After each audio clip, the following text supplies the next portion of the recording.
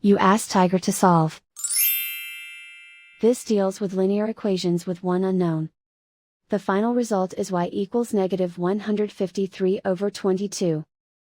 Let's solve it step by step. Simplify the expression. Find the greatest common factor of the numerator and denominator. Factor out and cancel the greatest common factor.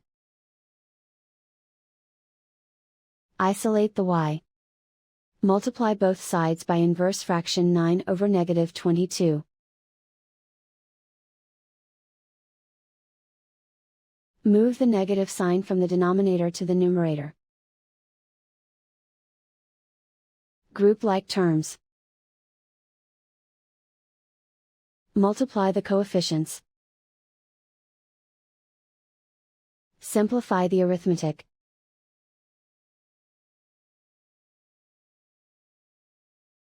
Move the negative sign from the denominator to the numerator. Multiply the fractions. Simplify the arithmetic. And so the final result is y equals negative 153/22.